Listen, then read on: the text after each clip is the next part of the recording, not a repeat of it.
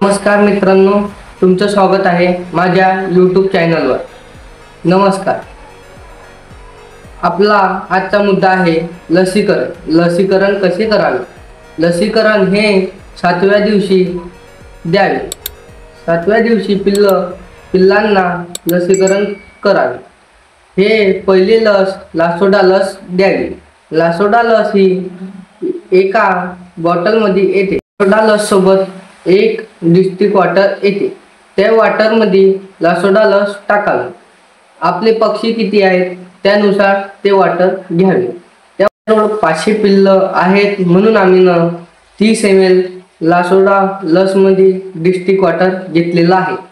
लासोडा लस ही एका आपल्या डोळ्यात टाकणाऱ्या ड्रॉप मध्ये घ्यावी।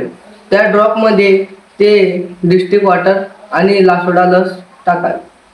पिल्लांना पकडून त्याच्यामध्ये एक थेंब डोळ्यामध्ये लस टाकावी। लस ही जास्ती टाकावी नाही, एक थेंब एका डोळ्यामध्ये टाकावी। सगळ्या पिल्लांना लासोडा लस द्यावी, एक थेंब एका डोळ्यामध्ये।